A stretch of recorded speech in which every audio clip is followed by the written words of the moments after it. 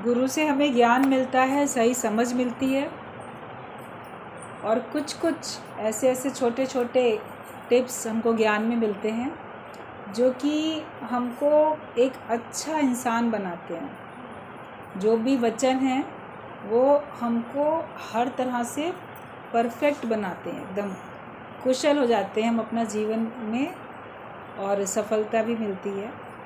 तो कुछ कुछ चीज़ें हैं ऐसी जो कि हमको अपने जीवन में अपनानी चाहिए।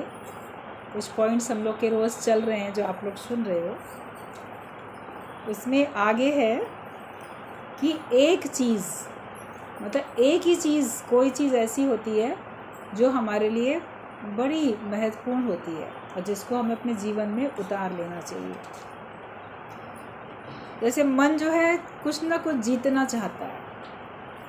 मैं ये खेल खेल रहा हूँ तो मैं जीत जाऊँ। हार तो किसी को भी पसंद नहीं है। जीवन में कोई किसी से हारता है परिस्थितियों से, वो भी पसंद नहीं आता है। जीतना हर एक को पसंद है।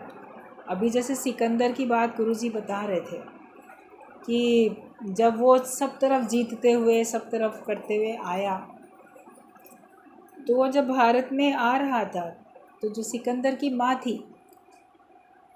उसने उसको कुछ चीज़ें लाने के लिए कहा था। अभी एक मिनट आप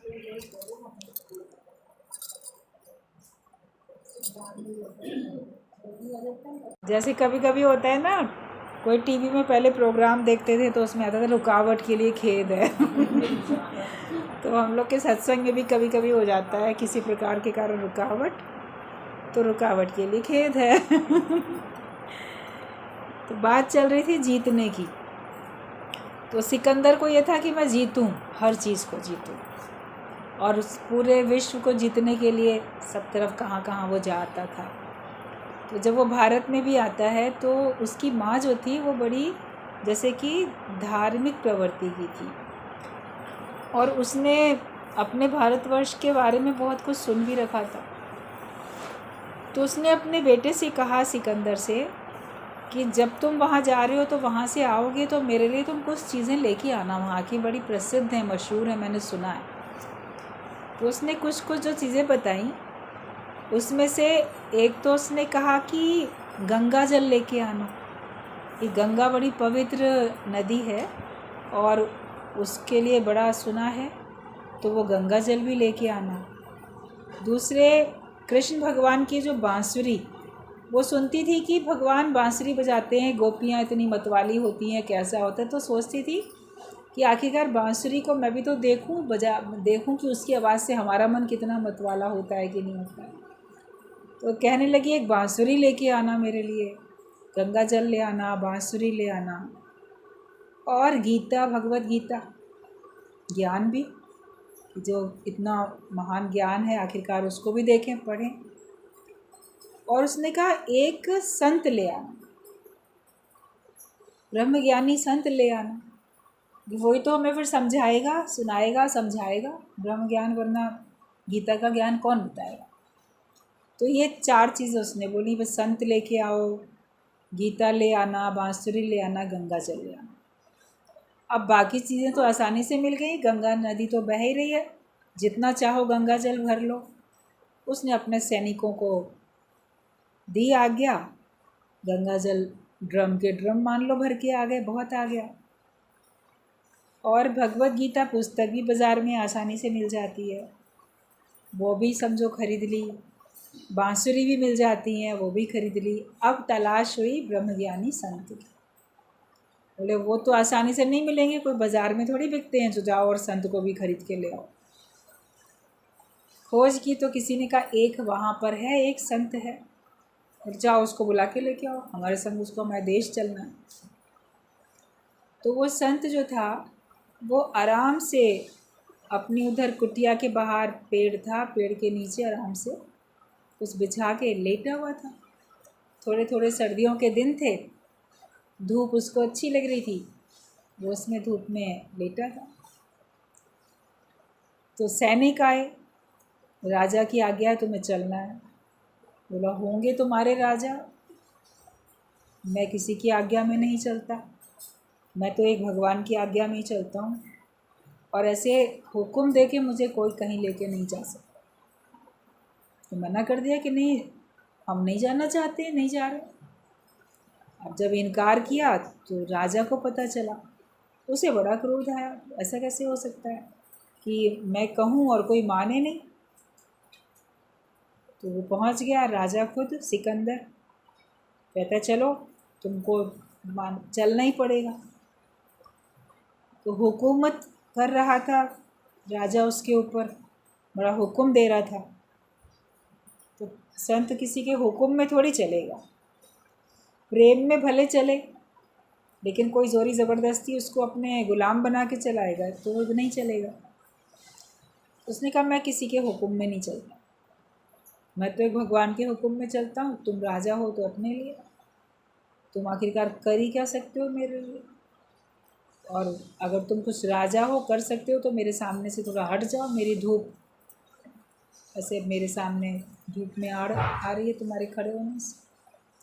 तो वो कहता है कि नहीं, तुम्हें चलना ही पड़ेगा। बोलता मेरी मर्ज़ी के बिना मुझे कोई लेके नहीं जा सकेगा।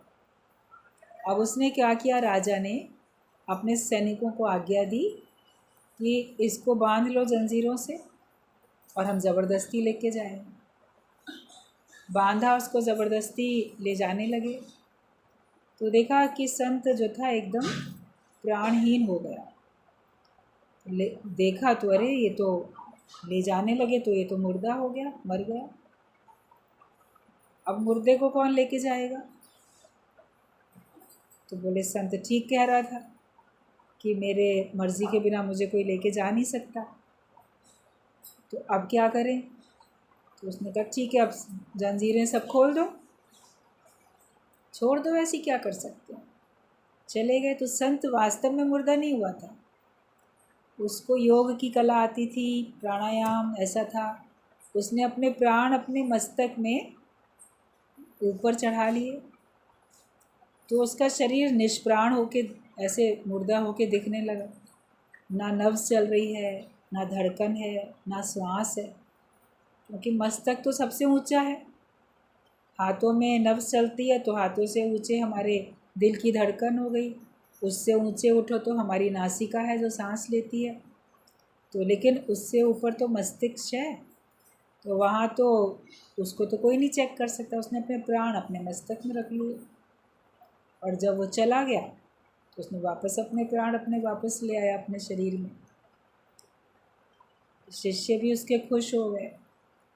और जब ये सब चमत्कार देखा राजा ने बाद में कि देखो इसने ऐसे किया, तब वो उसके आगे झुका। तो उसने कहा मैंने कहा था ना मेरी मर्ज़ी के बिना तुम लेके नहीं जा सकते, तुमने खुद ही तो मेरी जंजीरें सब खोल दी, मैं मुर्दा समझ के सब खोल दिया। और अगर संत की मर्ज़ी नहीं होती तो वो अपने प्राणों को वापस नहीं भी लाता, उसकी थी मर्ज़ी तो ले आया। तो उसको लगा कि वाकई इतने सिद्ध पुरुष, इतने शक्तिशाली संत इस देश में रहते हैं। तो उसके आगे वो नतमस्तक हुआ, झुका उसके आगे। और फिर बोला, संत ने कहा कि भक्ति में और प्रेम में किसी को कोई कहीं भी लेके जा सकता है, लेकिन ज्ञानियों को, संतों को कोई अपनी आज्ञा में कि मैं राजा हूँ इसलिए तुमको मेरी बात माननी है, तो इसलिए नहीं होगा। तो वो भी उसका जैसे कायल हो गया उस बात का, उसकी शक्ति उसने पहचानी, समझी। तो वो समझ गया कि मैं जो हूँ अपने शरीर के बल से किसी को नहीं जीत सकता। तो जीतना तो हर एक कोई चाहता है।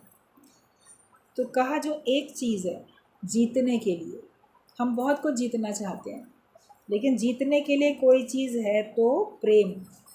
प्रेम जीतो किसी का, आप किसी के दिल का प्रेम जीत लो तो आपको सब कुछ मिलेगा। आप और सब जीतना चाहते हो, देश को जीतना चाहते हो, और भी किसी किसी बात से जीतना चाहते हो, लेकिन किसी के दिल का प्रेम नहीं जीतना चाहते। ऐसा व्यवहार करेंगे, ऐसा आचरण रखेंगे, गलत शब्द बोलेंगे तो प्रेम ख़त्म होता जाता है, और प्रेम तो नहीं रहता है। प्रेम कैसे जीता जाए, कैसे हम किसी के दिल के प्रेम को जीत सकते हैं, कैसे कोई हमारा अपना बन सकता है, ये समझ मिलती है सत्संग में। कि हमारा प्रेम हो जाए, भगवान से भी प्रेम हो जाए। तो भगवान से जो प्रेम होता है तो वो कैसे होता है भगवान से प्रेम? मतलब कि जो भगवान को पसंद है वही कार्य करना, तो समझो आप भगवान से प्रेम करते हो। अगर कोई बोले अपनी माँ से या पिता से बोले बच्चा मैं आपको बहुत प्रेम करता हूँ, तो उसका प्रेम कैसे पता चलेगा बच्चे का? कि वो माता पिता की आज्ञा में चल रहा है, कहना मान रहा है, तो उसका प्रेम माना जाएगा। किसी का भी किसी के साथ प्रेम है तो जो उसको पसंद है वो वही काम करेगा, जो उसको पसंद नहीं है वो काम नहीं करेगा। पसंद जो नहीं है वो करो और बोलो हमारा तो बड़ा प्यार है तुमसे, तो बोलेगा किस बात का प्यार है? हमें दुखी करो, परेशान करो, जो हमको पसंद नहीं है वो काम करो। तो बोलो नहीं मेरा तो तुमसे बड़ा प्रेम है। देश से प्रेम होता है, हमारा देश से प्रेम है। तो देश प्रेम के लिए कैसे बताया जाएगा कि देश से हमारा बड़ा प्रेम है? मतलब हम अपने देश की उन्नति के लिए कार्य करें, देश का नाम रोशन हो ऐसा काम करें, देश का नाम बदनाम ना हो, देश की सुरक्षा में रहें, तो देश प्रेम है। कहने के लिए कहते हैं जो सेना में जाते हैं कि देश प्रेम के लिए जा रहे हैं, सेना में भर्ती हो रहे हैं, हम देश प्रेम के लिए कि अपने देश के ऊपर हम प्राण भी न्यौछावर कर देंगे। तो देश की सुरक्षा के लिए और देश की उन्नति के लिए, देश के नाम के लिए। दूसरे देश में जाके गलत आचरण करोगे तो आपका नाम देश का खराब होएगा। अरे इंडिया के लोग ऐसे होते हैं, भारत के लोग ऐसे होते हैं। कोई दूसरे देश का आके यहाँ पे ना कुछ गलत करेगा तो बोलोगे अरे चाइना के लोग ऐसे, जापान के ऐसे, तो पाकिस्तान के ऐसे, तो ऐसे। एक के कारण से दूसरे का पूरा देश का नाम खराब हो जाता है। तो देश प्रेम के लिए हमको ऐसा करना होता है जिससे हमारे देश का नाम बदनाम हो। प्रेम जीतने की चीज़ है।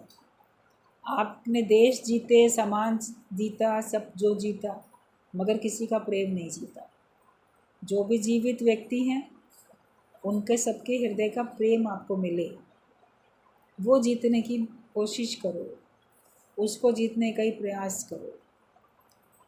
सब आपको देख के खुश हो जाए, पत्ता पत्ता भी आपको देख के खुश हो जाए।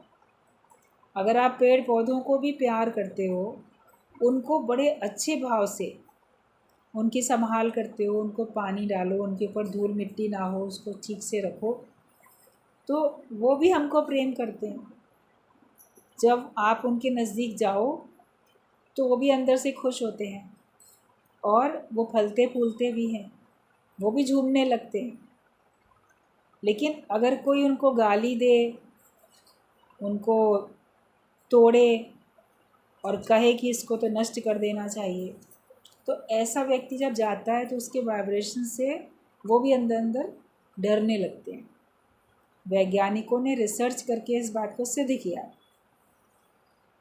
कि गमले सारे रखे गए और जो माली था जो बहुत प्रेम करता था, तो उसमें सब में गमलों में जो पौधे लगाए गए थे उनमें ऐसे बारीक तार लगाए उनके अंदर की तरंगों को चेक करने के लिए कि जब खुश होते हैं तो इनके अंदर में कौन सी तरंगें आ रही हैं, और जब ये डर रहे हैं या दुखी हो रहे हैं तो कौन सी तरंगें आ रही हैं। तो वो भी किया गया, तो देखा, और एक को कहा था कि तुम जाके बस इनको कमरे में जाके और एक गमला तोड़ के फेंक देना और बाकी इन सबको भी बुरा भला कहना, पौधों को। तो जब माली जाए उस कमरे में, उनको प्यार से देखे, बात भी करे, उनकी संभाल करे, उनको खाद पानी वो सब डाल रहा है, तो उनमें से बड़ी प्रसन्नता वाली तरंगें आती थी पौधों में से भी। और उसके बाद कुछ एक आध घंटे के बाद जो क्रोधी करने के लिए भेजा जाता था वो जाके पहले ही एक गमला लेके ज़ोर से पटक के तोड़े, क्या यहाँ पे जगह घेर रखी है, इन सारे गमलों ने बेकार हैं, इनको पता नहीं क्यों रखा है, इनको सबको मैं नष्ट कर दूँगा, फेंक दूँगा। ऐसे वहाँ पे शोर मचा के डांट डपट के आए, क्रोध करके आए। तो वो सारे पौधों के अंदर से डर की तरंगें आती थी, भयभीत होते थे उसके आने से। तो ये बात वैज्ञानिकों ने सिद्ध की कि आपके प्रेम की भावनाओं को वनस्पति, पेड़ पौधे भी आपको उसको महसूस करते हैं। अपने देश में, अपने धर्म में, हिंदू धर्म में देखो पेड़ पौधों की भी पूजा करने की विधि बताई गई। तुलसी की पूजा करते हैं लोग, जितने भी औषधीय गुण वाले पौधे हैं इनकी सबकी पूजा भी की जाती है। और भी हरे पेड़ को काटो नहीं, बहुत सारी बातें अपने धर्म से जुड़ी हुई हैं कि वो भी हम, उनके लिए भी हम अच्छी भावना रखेंगे तो वो भी तो हमें ऑक्सीजन दे रहे हैं।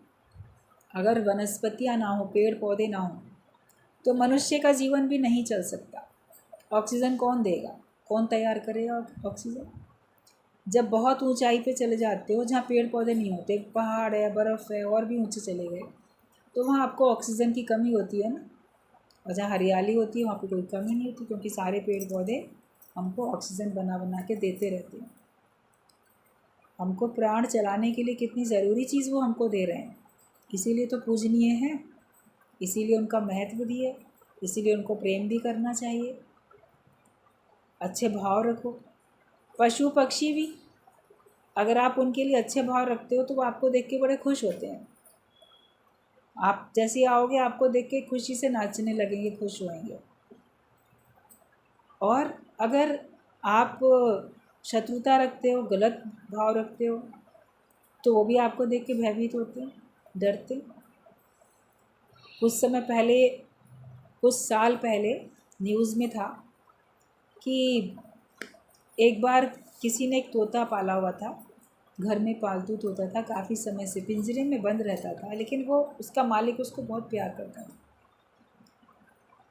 अब उसके पास कई लोग आते जाते थे, तो एक बार उसके मालिक की देखा गया हत्या हो गई है, मर गया है मालिक उसका, और पता ही नहीं चल पा रहा किसने मारा। भी कोई जान पहचान वाले ही अंदर घर में आते जाते होंगे।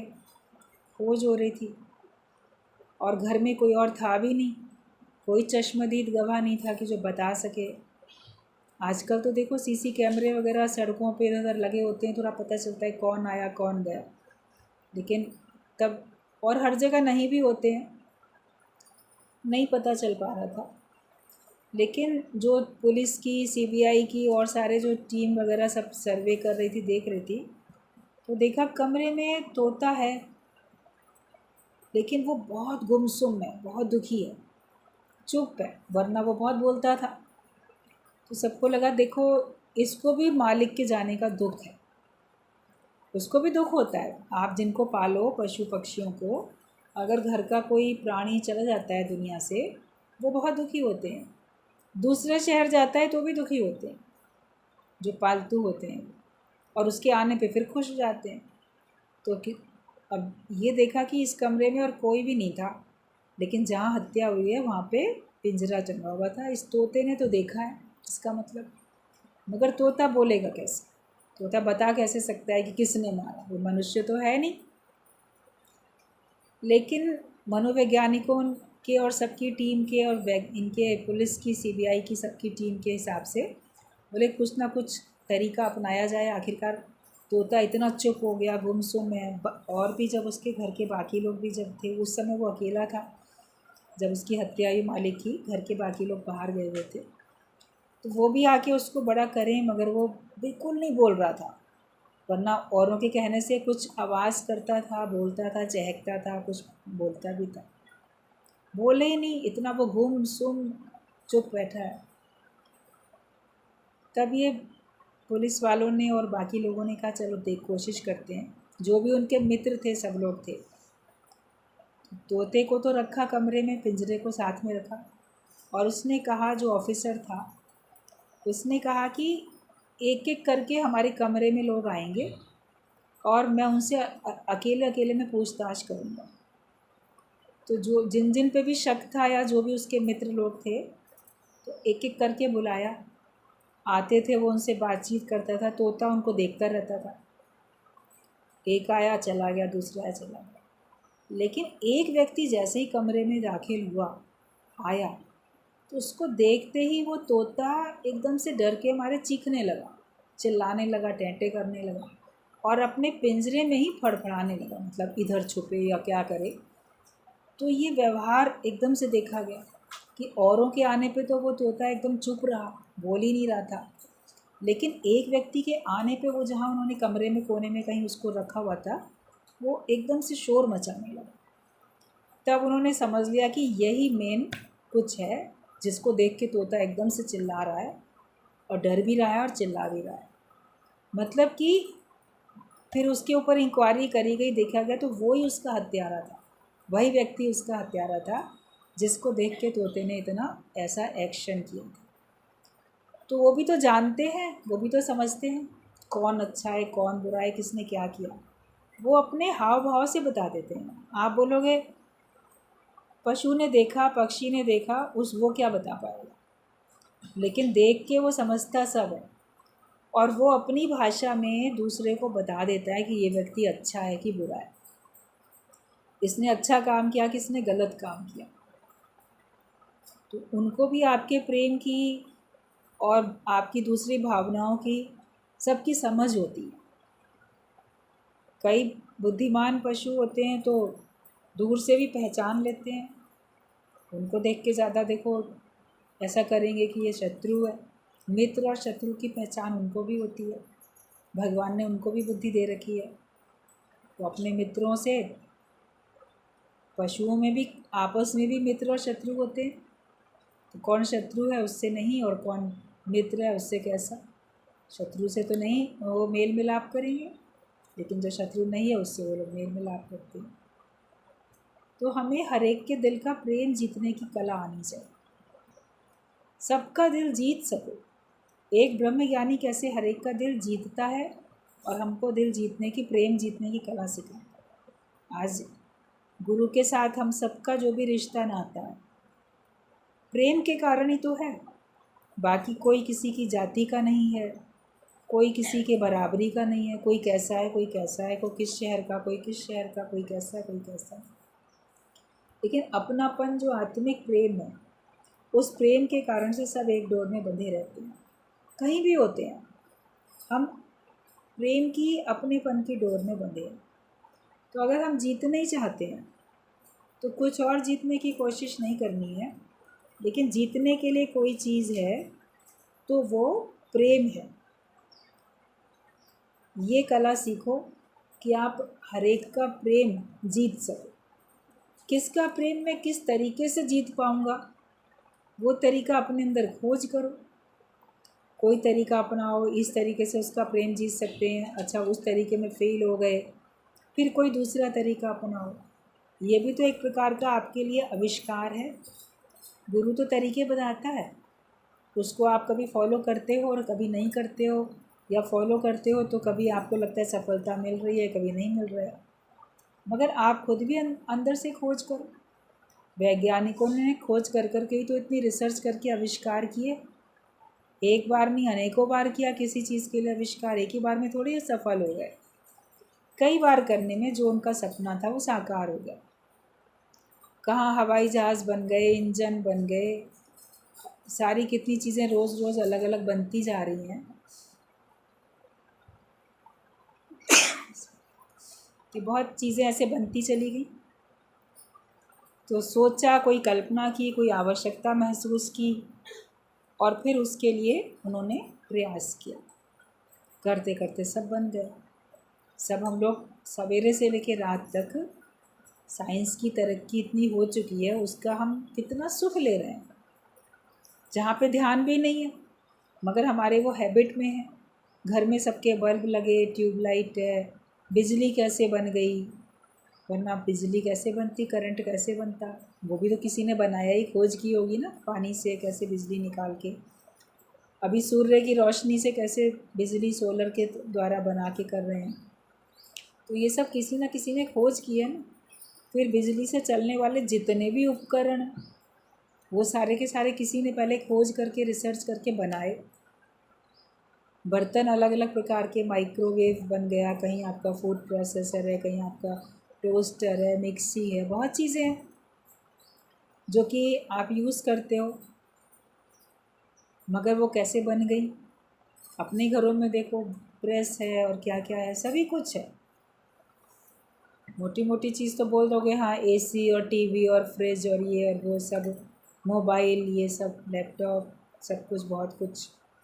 लेकिन बहुत छोटी छोटी चीज़ें भी तो सब आविष्कार करके बनी हैं। कुछ तो कारीगरी करके बनाई गई। मेज़ कुर्सी पर चलो लकड़ी की कारीगरी करके बनाई, लेकिन कुछ चीज़ें तो खोज करके आविष्कार की गई ना, वो एक अलग चीज़ होती है। आप भी अपने अंदर में खोज करो, नया नया एक्सपेरिमेंट करो, आविष्कार करो कि मैं कैसे किसी के दिल का प्रेम जीत सकता, अपने शत्रु को भी मैं अपनी ओर कैसे प्रभावित कर सकता हूँ। किसी को तो आप अच्छा कार्य करके प्रभावित कर लेते हो। अभी हम देखते हैं अपने देश का जितना नाम ऊंचा उठता है, जितनी तरक्की होती है और जितने सही तरीके से उनको बहुत कुछ देशवासियों के लिए लाभ मिल रहे हैं, तो उस बात की प्रशंसा जो पड़ोसी देश हैं जिनसे मित्रता नहीं है, पाकिस्तान है जैसे, और भी हैं, तो वो इस बात की प्रशंसा वहाँ के भी लोग करते हैं। उनका भी तो दिल इस बात से जीत लिया गया ना, प्रेम। भले वो अपने देश को ही मानेंगे, इस देश के मित्र नहीं बनेंगे, लेकिन अच्छाइयों की अंदर से तो प्रशंसा करते हैं। जो अच्छी नीतियां हैं, उन अच्छी नीतियों के तो कायल हैं वो लोग बोलते हैं मोदी जैसा प्रधानमंत्री अपने देश में हो जाए, होता तो हम लोग भी कहाँ से कहाँ चले जाते। कई बार आप लोग सुनते होंगे टीवी में जब डिबेट वगैरह होती है, बहुत सारी बातें होती हैं, वहाँ के भी लोग बुलाए जाते हैं मीडिया में, या वहाँ क्या कहा जा रहा है वो यहाँ सुनवाया जाता है, उससे पता चलता है। तो कभी कैसे कभी कैसे, कभी आप शत्रुता को ख़त्म भी कर सकते हो और कभी शत्रुता को मान लो ख़त्म नहीं कर सकते, लेकिन आप अपनी अच्छाइयों का प्रभाव अगले के ऊपर डाल सकते हो। और अपने अंदर से, गुरु का कहना ये होता है कि प्रेम से ही परमात्मा मिलते हैं, मोहन प्रेम बिना नहीं मिलते, चाहे कर लो लाख उपाय। अगर हम इस जन्म में मुक्त भी होना चाहते हैं, भगवान को पाना चाहते हैं, तो भी अपने दिल में प्रेम के अलावा दूसरी भावना होनी नहीं चाहिए। हर एक अपने अपने दिल को टटोले, देखे, उसमें अलग अलग प्रकार की भावनाएं होंगी।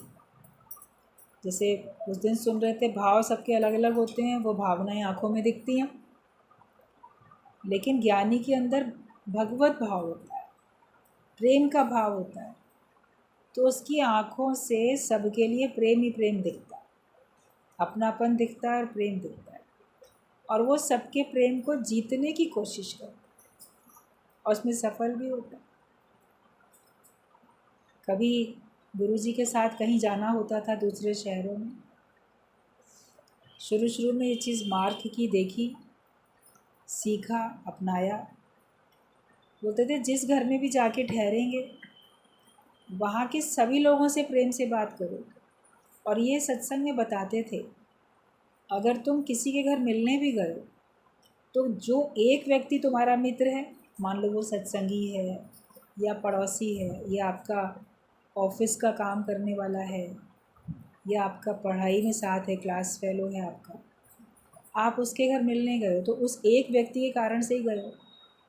जाके जो भी कोई दरवाज़ा खोले तो उसको अभिवादन तो करो, पहले तो उसको कुछ नमस्ते या जो भी आपको कहना होता है कुछ कह के फिर पूछो जिससे मिलने आए हो, अपना नाम बताओ, उसको पूछो इस कारण से आया था, उससे मिलने आया था, वो है कि नहीं है। नहीं है तो अपना काम बताओ। दूसरा अगर बोलता है अच्छा बैठो, आ जाएगा, तो बैठ जाओ। और अगर वो है, मिलने के लिए गए हो, तो उस समय घर में जितने भी लोग हैं उन सब के बारे में पूछो और उन सब से बातचीत करो अगर पॉसिबल है तो। कौन कौन है घर में, क्या है क्या नहीं, सबका प्रेम जीतो। और ख़ास करके सत्संग में अगर आप आए हो, बाकी लोगों के साथ तो फिर भी इंसान थोड़ा फॉर्मेलिटी का रखता है व्यवहार, लेकिन ज्ञानी इनफॉर्मल हो जाता है, वो इतनी फॉर्मेलिटी में नहीं पड़ता है, वो सबको अपना आप करके देखता है। तो जो भी कोई घर में है उसके साथ भी तो प्रेम से बात करके आओ, उससे भी कुछ ज्ञान की चर्चा, उसका भी दिल जीत के आओ, अपने भाव अच्छे रखो। सर्वेंट भी हो घर में तो उसका भी दिल जीत के आओ, ये कला गुरु सिखाता। तो कहीं भी जाते थे, किसी के भी घर में, दूसरे शहर में अगर गए हैं, वहाँ ठहरे हैं जाके, तो नेचुरली जाते हैं तो काम बढ़ जाता है।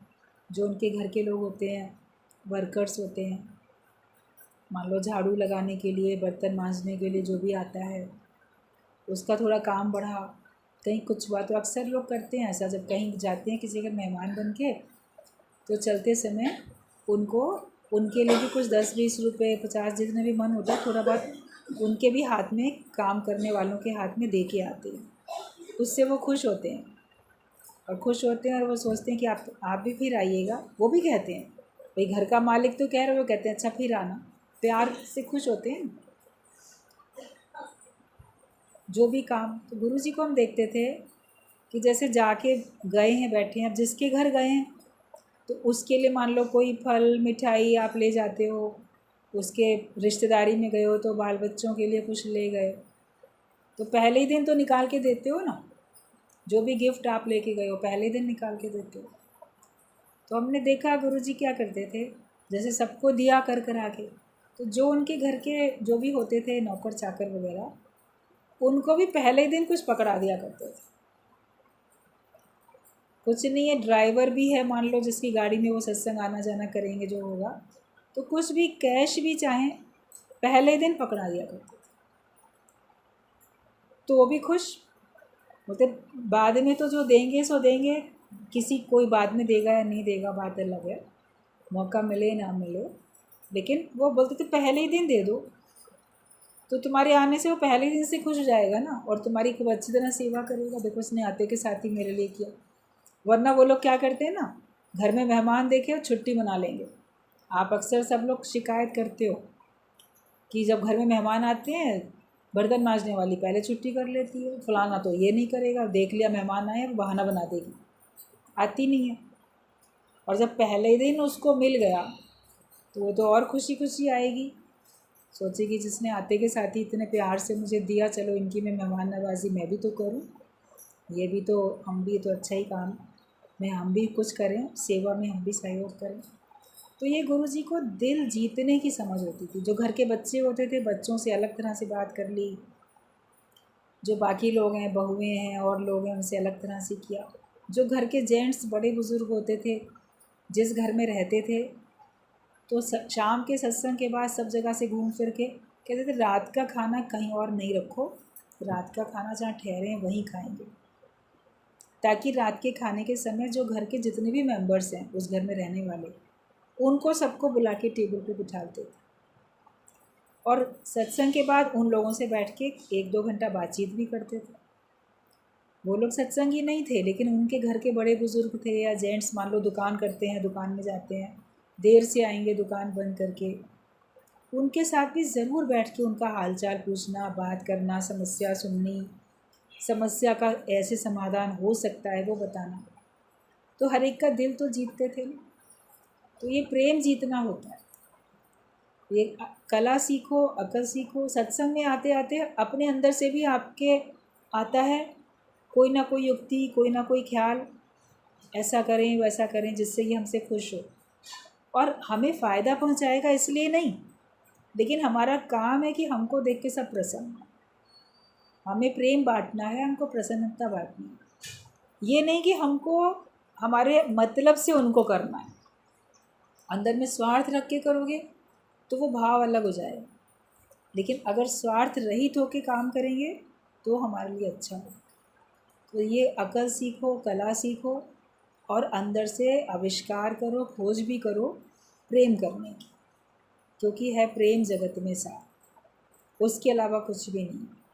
भजन बड़ा सुंदर लगता है, सबसे ऊंची प्रेम सगाई, प्रेम जगत में सार है और कोई सार नहीं। सब इस प्रकार के भजन भी गाते हो आप लोग, लेकिन कभी पलट के अपने को केवल प्रेमी बनाने की कोशिश करो।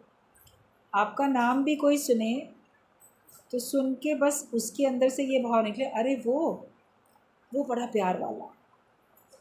और आपका नाम सुनते उसके अंदर में खुशी, मुस्कुराहट आ जाए, प्रसन्नता आ जाए, और आपके ऊपर एक ये भाव पड़ जाए कि अरे वो बड़ा प्रेम वाला। ये ना हो वो तो बड़ा क्रोध वाला, वो तो बड़ा लोभी लालची है, वो तो बड़ा अहंकारी है, बड़ा घमंडी है। कभी कभी आप किसी का नाम सुनते ही तुरंत रिएक्शन करते हो कि अरे वो फलाना तो बड़ा ऐसा है। तो आपका नाम सुनते ही कोई ऐसा ना बोले, आपका कहीं भी जिक्र आए या कभी वो खुद भी सोचे आपके बारे में, तो आपके बारे में मन ही मन में भी सोचे, तो उसको यही लगे फलाना ना कितना प्यार वाला। अपने को ऐसा तैयार करो। जैसे सूर्य रोशनी का स्वरूप है, ऐसे ज्ञानी आनंद स्वरूप होता है। तो सूर्य से सबको रोशनी मिलती है, तो ज्ञानी से सबको आनंद मिलता है। नंद के आनंद भयो बोलते हैं। तो नंद के घर में आनंद आ गया भगवान का नाम, कि वो उसके आने से, भगवान कृष्ण के आने से उसे आनंद आ गया। तो आप भी जहाँ पहुँच जाओ, अगले के मन में एकदम आनंद आ जाए। तो ये जीतने की चीज़ है प्रेम। प्रेम को जीतो। इसके लिए हमें कितनी भी कुर्बानी करनी पड़े, त्याग तपस्या करनी पड़े, कठिनाई भी हो, लेकिन हम प्रेम करेंगे ही करेंगे। एक फिल्मी गाना आता है कि नफ़रत करने वालों के सीने में प्यार भर दूँ। वो अपने ऊपर इतना उसको विश्वास है, कहता है जो नफ़रत करने वाले भी हैं ना, मैं ऐसा हूँ कि मैं उनके सीने में भी प्यार भर सकता हूँ। तो ऐसे बनो गुरु के लायक शिष्य कि कोई आपको नफ़रत भी करता हो तो अपने अंदर में इतना आत्मविश्वास हो कि नहीं, हम सबके दिल में प्यार भर सकते, तो फिर आप ज़रूर सफल हो जाओ। तो जीतने के लिए कोई चीज़ है तो है प्रेम, और प्रेम सबको जीतना है। प्रेम का रूप बन के रहो, सबको वही बांटते चलो, आनंद और प्रेम सबको बांटते चलो। मुश्किल है कि सरल है?